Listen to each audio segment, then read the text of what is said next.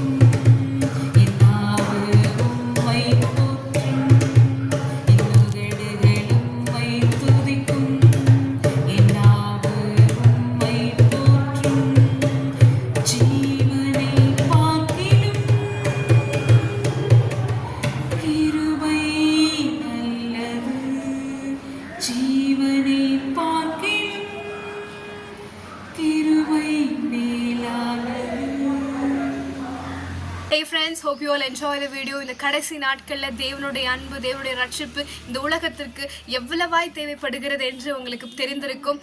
தேவனுடைய அன்பை எப்படியாகிலும் இந்த தீங்கு நாளில அவர் நம்மளை கூடார மறைவில் மறைத்து காத்தது போல மற்றவர்களையும் காக்கிறதுக்கான முடிந்த காரியங்களை நம்மளை ஈடுபடுத்திக் கொள்ளுவோம். கர்த்தர் தாமே நம்மை ஆசீர்வதிப்பாராக. See you next video. Until bye. This is Sam Karishma.